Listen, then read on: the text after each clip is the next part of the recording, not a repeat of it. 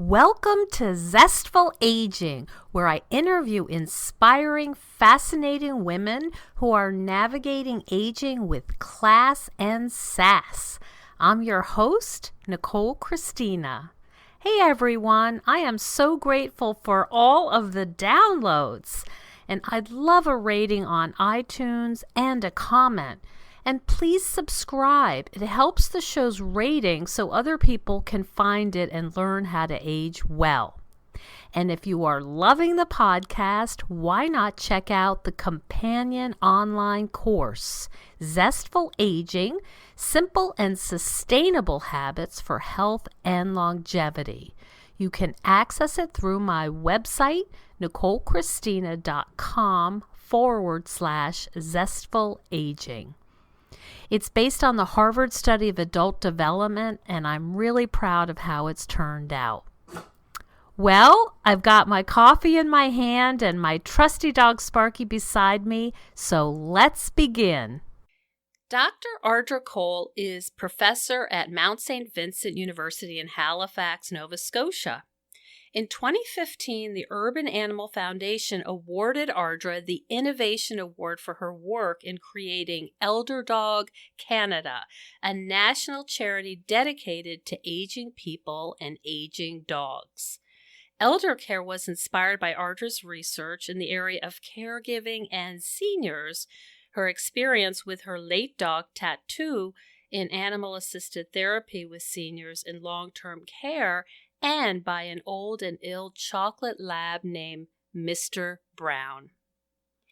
In the course of our conversation following the interview, I discovered that Ardra and I will both be presenting at the International Federation of Aging Conference in Toronto this August. This conference draws delegates from all over the world, covering a wide variety of subjects related to aging well. We plan to meet and I expect share dog photos. I hope to give you a follow-up on the progress of her program. Welcome to the show, Ardra. Thank you very much, Nicole. It's a pleasure to be with you. Well, where would you like to start? I'm curious how your interest began with senior dogs. Is that a good place to start? I think it's a wonderful place to start. As I was listening to you introduce me when you mentioned Tattoo and Mr. Brown, I could feel the smile spreading across my face. So that's a wonderful place to begin. I guess I'll begin with Tattoo, who was he's my was a therapy dog. And Tattoo and I spent many years volunteering in long-term care facilities, and particularly in palliative care. And Tattoo's temperament was very mellow and laid back, and he actually chose palliative care as his specialty. He gravitated towards people who were at end of life and who he recognized as needing comfort. And the older he got, the more, I think the more skilled he became at comforting those people who, like him, were aging. And so I watched him closely, and really much of that time was spent in awe at how he was able to just observe and respond without hesitation to what individual people needed and wanted. And so he really gave so much comfort to people at end of life, and I learned a lot from that. And of course, he retired when it became a little bit too much for him. But I carried with me the lessons I learned from Tattoo, and when I began researching in the area of caregiving and Alzheimer's disease, I quite unexpectedly in some ways, learned so much more about how much, what a significant role the family dog played in providing care and comfort and support of various kinds in to people who were ill with forms of dementia, and also to their family caregivers. Mm-hmm. And so that led me on a path to learn more about that. And then back to, circling back to the old dog question. Um, I had a personal experience with a family member who died very suddenly and left behind his old and ill chocolate lab, Mr. Brown. And Mr. Brown, as many people would know, as a dog who had a terminal illness and who was up in years, Mr. Brown would not have very many options about where he would spend his remaining time. And so I quickly stepped forward and strongly suggested that to the rest of my family that Mr. Brown would find a place with me and my family for the rest of his life. And so Mr. Brown came to live with me and my dogs, my other dogs, including Tattoo. And watching those old dogs engage in the world and at their kind of slower pace, and observe the patience and the dignity and the humility and the joy that they encountered in the small things in life, really gave me pause to reflect on a lot of things about what was important, and it took me back to thinking about the senior people whose lives have been changed by illness and by age. And so because I had this personal experience in my life that was really life changing, with the death of a family member.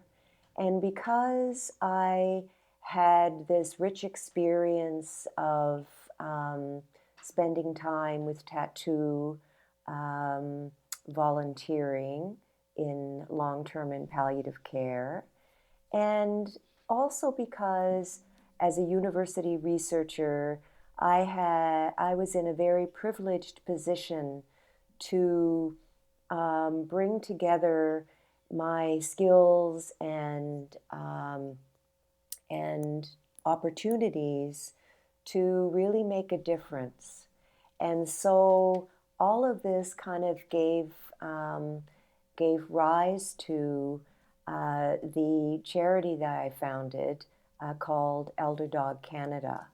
It was one Mm-hmm. of those moments in life when you think, um, there are messages here in all of this. It's a coming together of things that at one time seemed perhaps rather disparate, but Mr. Brown and the kind of brought these experiences together, and really pointed out to me that this was the time to not just talk but to act, and to make a difference not only in the lives of older dogs who, for whatever reason, usually due to age and perhaps illness, might not be adoptable if they lose their senior companions, but also to make a difference in the lives of those seniors for whom their dogs are such an important part of their life.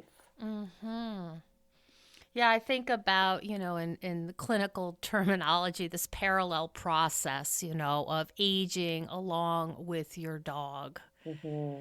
Hmm. And there's a lot of similarities that you describe, that everything obviously becomes slower. Perhaps the very small pleasures get more time, you get more focus, that life really has a different timing and a different quality as you describe it. Absolutely. And through Elder Dog, and what we do through Elder Dog, just kind of describe that briefly, is we help senior people who are living at home, and they have a dog who, for the most part, is their only companion, their what they would describe as their best friend, really their lifeline. Um, we help them if they need assistance caring for their dog so that they can stay together as long as possible.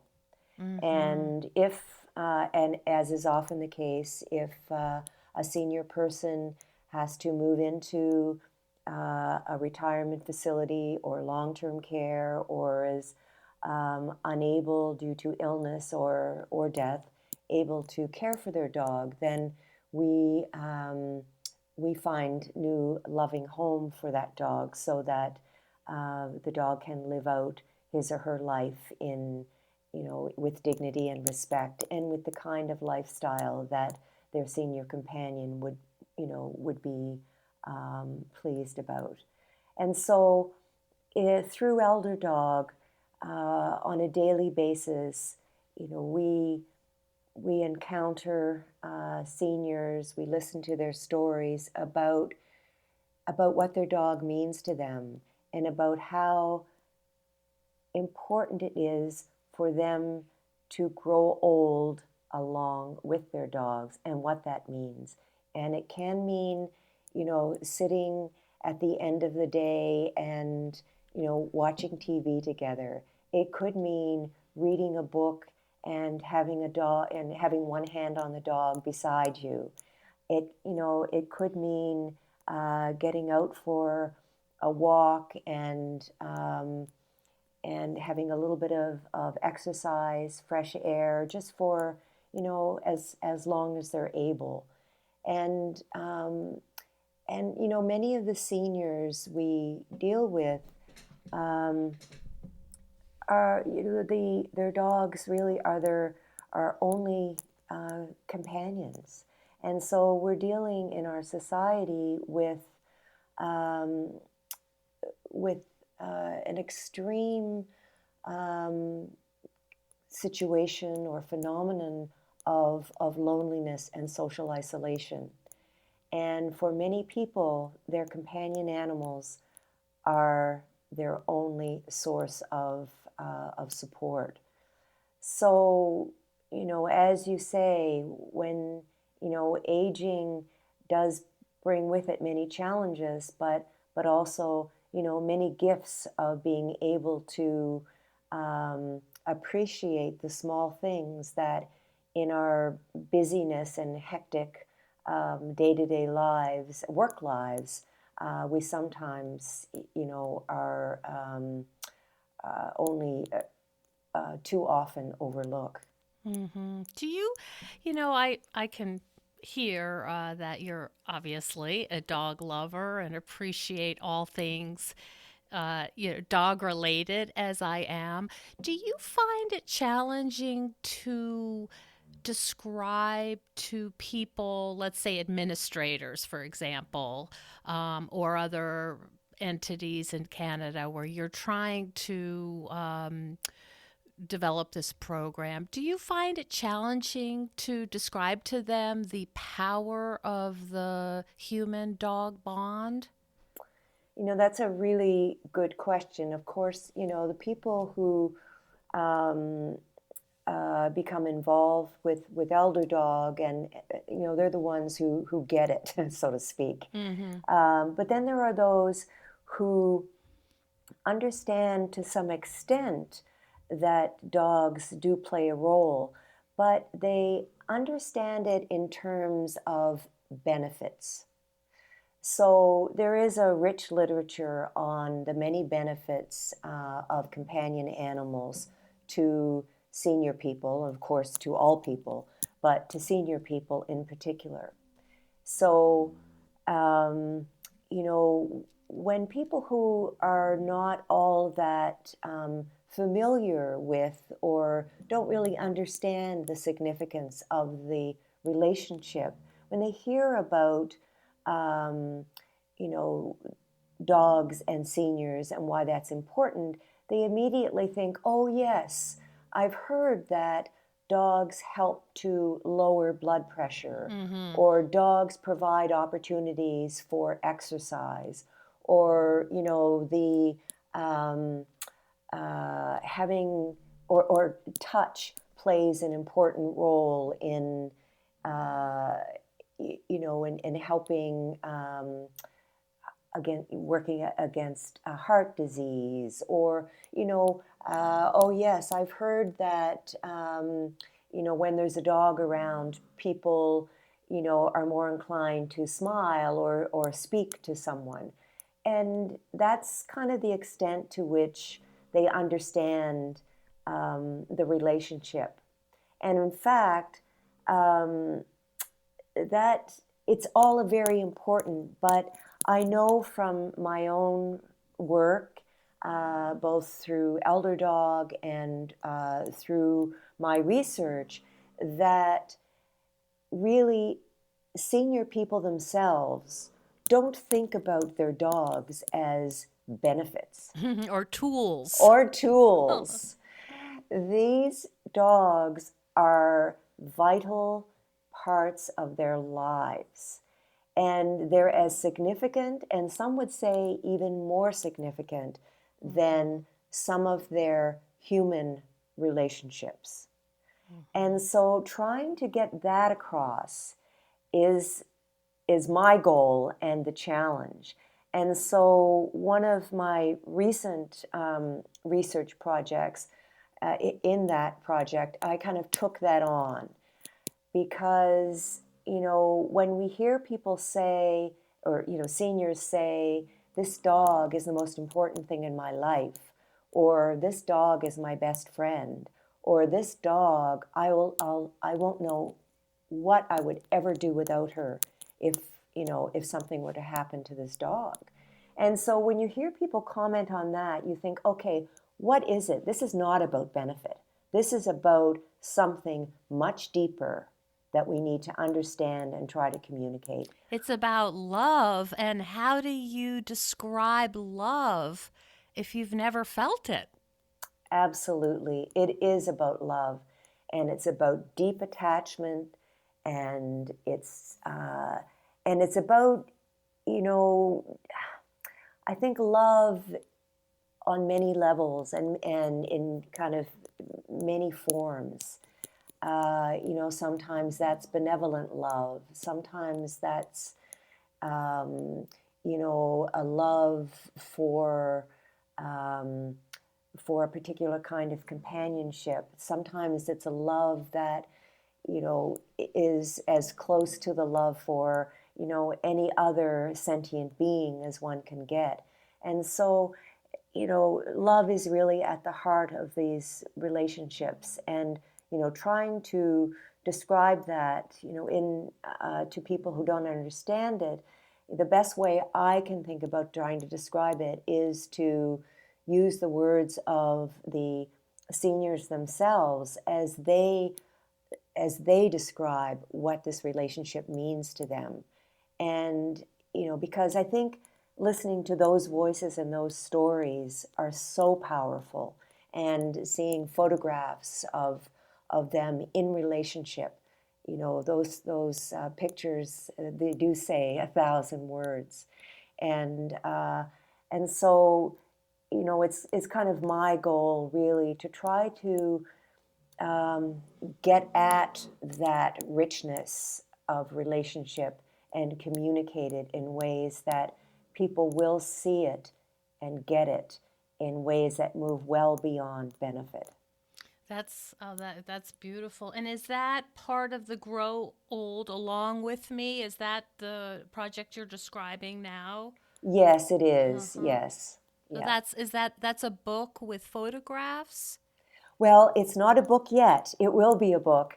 Currently, it's a so the research project, the gathering of information, has been completed, and we worked intensively over a period of year with 14 senior people between the ages of 60 and 99, and their canine companions. And we followed them. We spent time in their homes, walking with them, uh, at leisure, at work, um, at rest, and just in any variety of ways that they spent time with their dogs, and talked with them about their dogs, and also took hundreds of photographs to capture that relationship.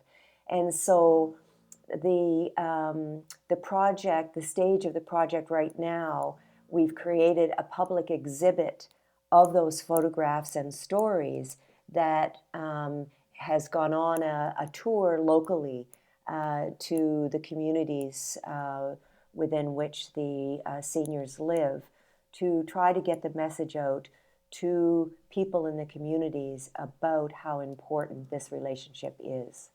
Hmm. I have a informal therapy dog. I'm a clinical social worker, so I Mm-hmm. have my own practice, and I have an older Jack Russell Terrier who's actually sleeping behind me right now Mm-hmm. as we speak. And what I found so interesting, and I'm curious to hear your thoughts on this, is he's very different with each client.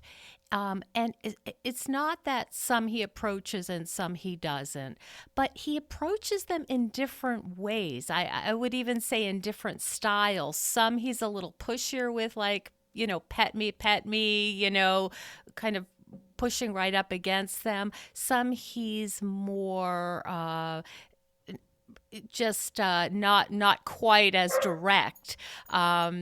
But I noticed that there's this gauging. There's this what I would say is almost like, what are your needs here? What are your how close do you want me? Is that something that you've noticed as well as their ability? I know this is anthropomorphizing terribly, but to intuit almost, what the person needs. Absolutely, and I noticed that most poignantly with animal-assisted therapy with my dog Tattoo, um, and he would do something similar. So we would go to um, palliative care uh, unit on a regular basis, or even in long-term care, other units, and when we would go to visit people who were up to having us visit, and we would walk into a room, and almost without even hesitating, he would know exactly what was needed. And as you say, sometimes he would walk right up to someone sitting, in a wheelchair, or sitting in a comfortable chair, and all he would do was put his head on a person's lap, just very, very quietly. Other times he would be, a little bit more playful, noting that, this person was, more up to that. And then at other times, he would astound me when a person might be, lying in bed, and I would think, okay, how are we possibly going to get over to that bed and get him high enough so that this person can touch him at least? Well, Mm-hmm. while I was trying to figure all of that out, he had already solved the problem. and, kind of figured out where this frail elderly person was in the bed, very quietly and deftly jumped up on the bed Oh my goodness. where he wasn't. I had never even seen him on furniture at home. He jumped up on the bed, wiggled his way up alongside, and put his head on this person's shoulder, and they lay together in quiet comfort for a good 10 minutes. Now, only moments earlier, he was, quotes, playing or playfully interacting with the person next door. I mean, that's exactly the kind of thing that you're talking about. How else can we describe that other than intuiting, right? It's remarkable, and it sounds like even though you are a dog lover from way back and you've observed dogs in all kinds of situations, it sounds like you're still surprised. I am, and I enjoy that because it really. I think one of the things that I've learned most from not only my dogs but from all the dogs with whom I interact, I've learned the important quality of humility.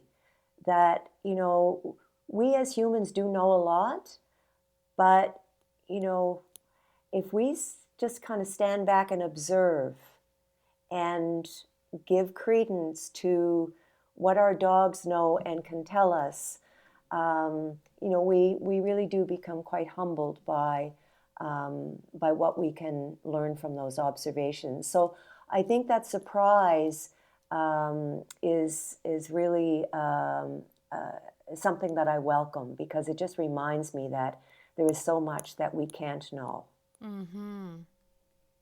Wow, it sounds like a really touching and important project. It, it is, and I think that there is a lot of research in the area of human-animal bond and dogs and seniors and so on and so forth. But from this work, this in-depth work, spending time alongside senior people and their dogs and observing them closely in relationship, it adds a whole new dimension to what we can learn from, how we can understand, and then in turn, what we as researchers or people in positions of responsibility and decision making can do to support that relationship and can do to advocate for that relationship to be supported. What is your ultimate hope for Elder Dog Canada? What would you like to see happen? To be redundant, so that because right now, so for so many people, we are the lifeline. We're the only support that they have, and it shouldn't be that way. Of course, there will always be a place, and there will be an increasing need as our population ages, and it's aging quickly.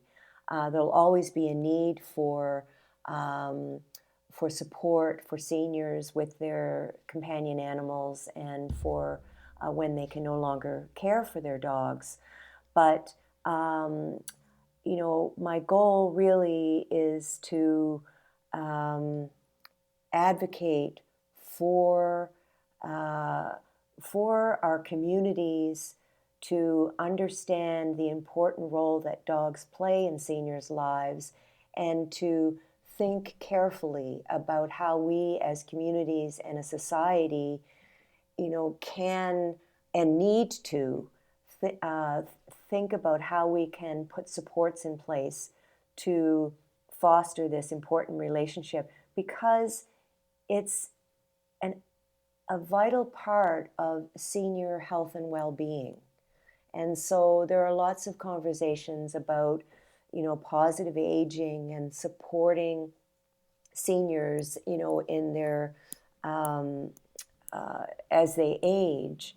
But very little of that support is given to, or conversations don't necessarily turn to the role, supporting the role of dogs as part of positive aging. And so we don't have sufficient housing accommodation for seniors to be able to take their dogs into retirement or assisted living. Seniors who are on very modest fixed income, well, we need ways that they can provide veterinary care for their beloved companion animal. And because we know that many seniors will opt out of their own care in favor of caring for their dog. We hear this day in and day out. So there has to be a much greater awareness of the conditions under which senior people are living in order to be able to keep their dogs with them as long as possible. And once there's that awareness, we need to be able to pay attention to it and do something about it to support this important relationship. Hello, Zestful Agers. A short intermission to thank you for the incredible amount of downloads.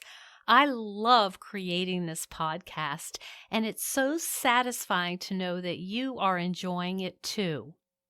Creating and hosting Zestful Aging has been a blast, but it does require a lot of time and resources to deliver a high-quality interview to you every week. So I've signed up with Patreon, which is kind of like Kickstarter, but for ongoing artistic projects. Unlike Kickstarter, the donations are recurrent and the amount is usually smaller. When you become a patron of Zestful Aging, you will receive special benefits like behind-the-scenes info, a place to communicate with other listeners, as well as other patron-only bonuses.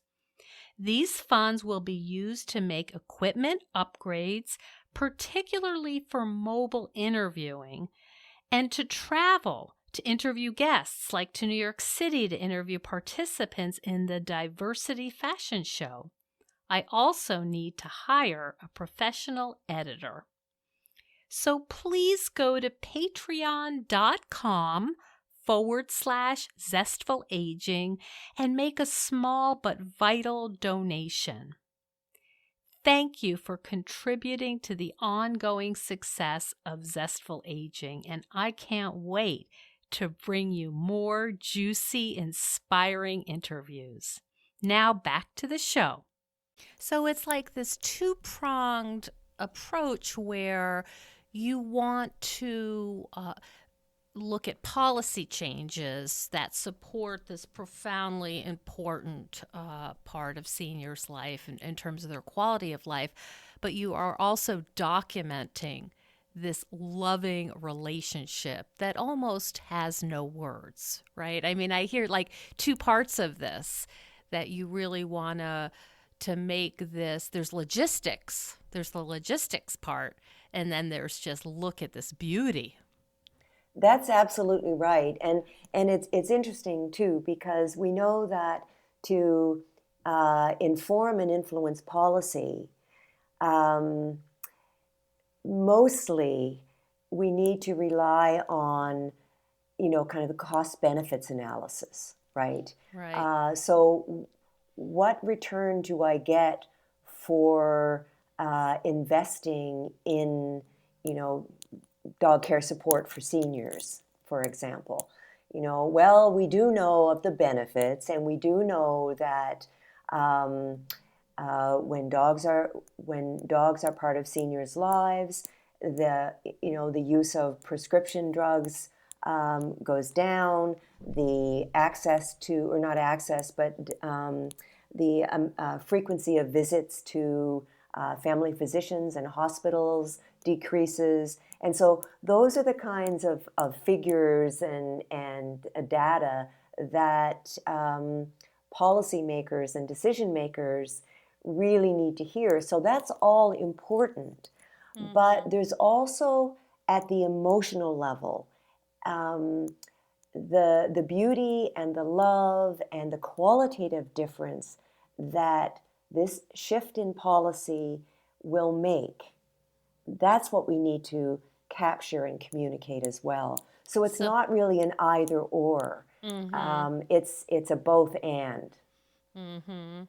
does Justin Trudeau have dogs? No, he doesn't. Uh-oh. Uh-oh. Is he, I don't want to get you into hot water politically. I'm just curious, is this something that's come across his desk, and is this something he's looked at and understood, some of the initiatives you're trying to put forward? Well, of course, there's within our Department of Veteran Affairs, there's been a strong advocacy for um, uh, supporting and recognizing and supporting service dogs for veterans, and that I think under the new government, there has been increased support for that. So we and of course there is an effort in our government to we have a strong a government that supports social policy and social responsibility. So there's a strong commitment to our aging population and so on and so forth. So I think it needs to just get on the radar a little bit stronger. Yeah, there's pieces of this, it sounds like, that are already um, being done well. And so yeah, I can just see that you have to be a little bit higher profile perhaps for people to really understand it. With veterans, maybe people can catch on to that a little bit better. That it's Hmm. been, in the press more, at least here in the US, veterans with dogs. People kind of get that and they're used to that idea. And so maybe that will be a little bridge for them to understand what you know about the importance of the dog senior relationship. Yes, and it's interesting that for veterans with dogs, of course, the dogs do um, perform a very important service, and so they are service dogs. With dogs who live with seniors who are living, at home in whatever, circumstances they live in, they're not seen as service dogs. They're Right. It's companions. a different relationship. Yeah. Yeah, that's so interesting. Not to say that the love is not there between a person who and his or her service dog, because of course it's a relationship of love, but it's Right. also recognized as something a little bit different. More like I could see in the realm of a, not exactly a tool, but, I need your assistance in these discrete ways. That's right. Yeah, Yeah. there is an important function, important and identifiable role to play, and again, it's easy to define and describe that, much easier than I think it is to describe the significance of supporting um, senior dog companionship in the home. Yes, I can see that. I came across something recently which you probably know all about. It's this living will document called Five Wishes. And it's through Aging with Dignity here in the States. And one of the things that they ask about, it's in very layman kind of language. It's not, there's no legal feel to it. It's just like, here are some of your options. What are the things that are important to you at the end of life? And one of them was, do you want your dogs with you? And Mm. so there's this whole piece about how you want this to look. And I just recently filled this out and was sort of forced to say, what do I really want this to look like? And of course I want my dogs by my side. I mean, I wouldn't even be, that was not a hard decision. And so I would encourage anybody who thinks that's important to them and has this loving relationship that we're talking about to provide that information to make sure that it happens. That is so important. And on a almost daily basis, we get through Elder Dog again. We get calls from distraught people who say, "I am in a position where I have to move out of my home and into whether it's retirement or a long-term care or whatever, and I cannot take my dog with me." Mm. And then of course it's the hardest call to make. Mm. And this person probably has just lost her husband or partner. Mm-hmm. That means a significant reduction in capacity to live in the family home. So the family home must go, and Mm. all of that means. And then my companion of 10, 12, 13 years, well, he must go too. Mm. I mean, just think about the loss, the Mm. compounded loss that Oh. we are forcing people to deal with because we're not able to adequately provide. We don't respect that wish that you've just described. Yeah, that's cruelty. It I mean, is. that really is. That is, it's not necessary, and it is, oh my goodness, it's just heartbreaking. And I'm sure that the seniors are not only heartbreaking broken for themselves, but worried about their animals. Are they going to be taken care of properly? Are they going to be loved? Absolutely. Mm. Yeah, it's, well, I mean, when you have a dog in your life, and I have four, being without even imagining life without a dog, Mm-hmm. it's unimaginable.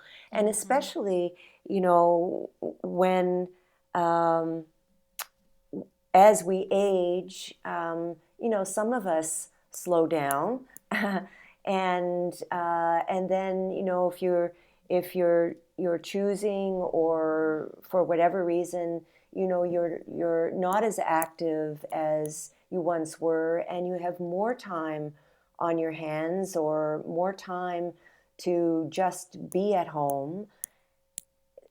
That's when you need your companionship. I mean, we know that old age is the time of life when animal companionship is most important. And it's Mm-hmm. also the time when we're denying that companionship to so Mm-hmm. many. So imagining, you know, our our later years without, having a dog in our lives when, that's been such an important part of us for so long. It is cruel. I we've talked about the absolute pleasure of seeing when this works, of seeing, when Tattoo could really read the situation and seeing sort of this magic happen. And I'm sure that fills your heart. But there's also obviously a long way to go. And I'm wondering how you, in your personal life, deal with some of the frustrations and the challenges of making this happen in a bigger way. And that, obviously good things are happening. It looks like the future's bright in terms of these programs, but right now you're still dealing with a lack of understanding, a lack of policy. So, how do you deal with some of this in your own life? Yeah, I mean, I think, one step at a time, really. And I think this is really where, I feel very fortunate in my role as a university professor and researcher. Um, so it's where, privilege and responsibility kind of come together. So I do feel that because I have chosen to invest my energies into this area of work, both in my professional life and in my kind of volunteer life and in my personal life. I do have, you know, I do have opportunities to write about the importance of this, to do interviews about the importance of this. We get a fair bit of media attention. So, and Elder Dog continues to grow across the country, and through Elder Dog, the message gets out there.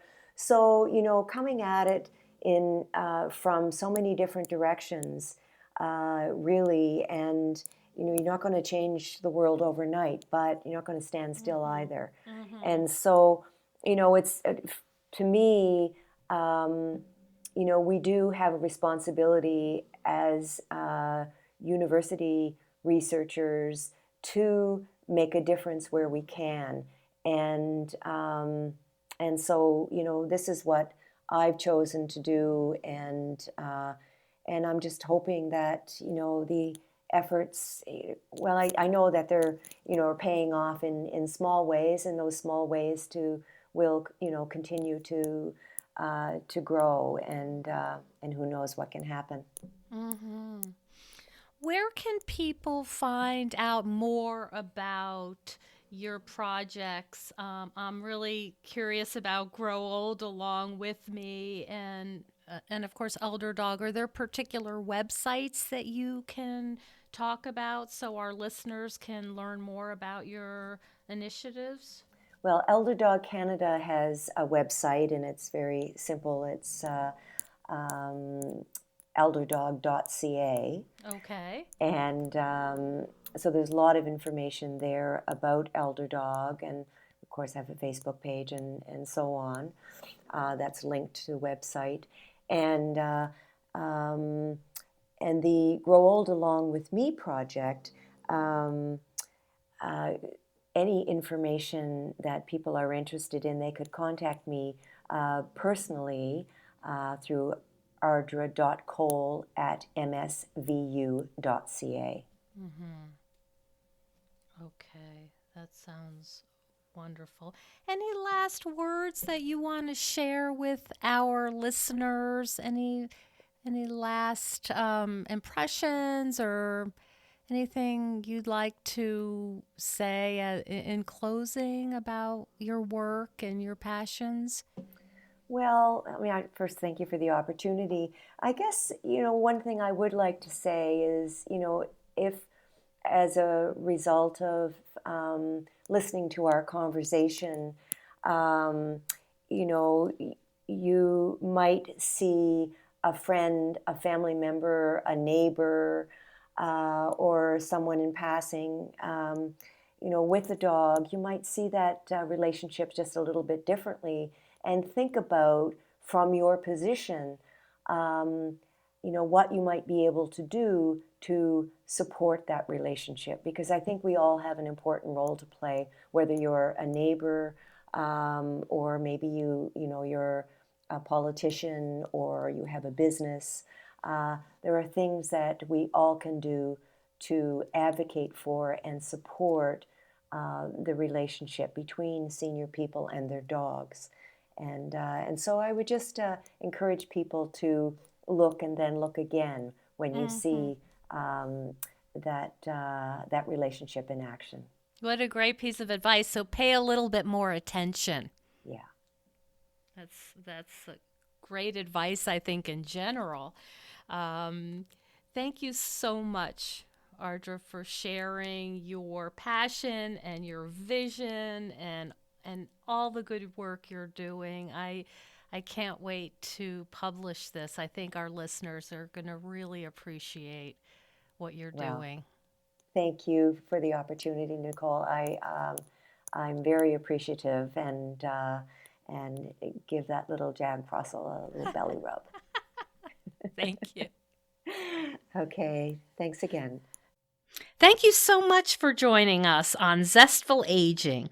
I love to hear from my listeners, so send me an email at NicoleChristina.com and tell me what you'd like to hear more about.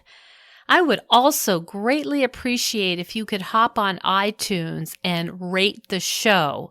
Ratings help other people find the podcast so I can share all these good, juicy interviews with others. I would also invite you to become a patron of the Zestful Aging podcast. Hop on over to patreon.com/Zestful Aging and consider making a small donation. You will be eligible for insider-only goodies and behind-the-scenes information, and it'll help you feel good knowing that you're contributing to the Zestful Aging podcast. I'll look forward to sharing more juicy interviews next week on Zestful Aging.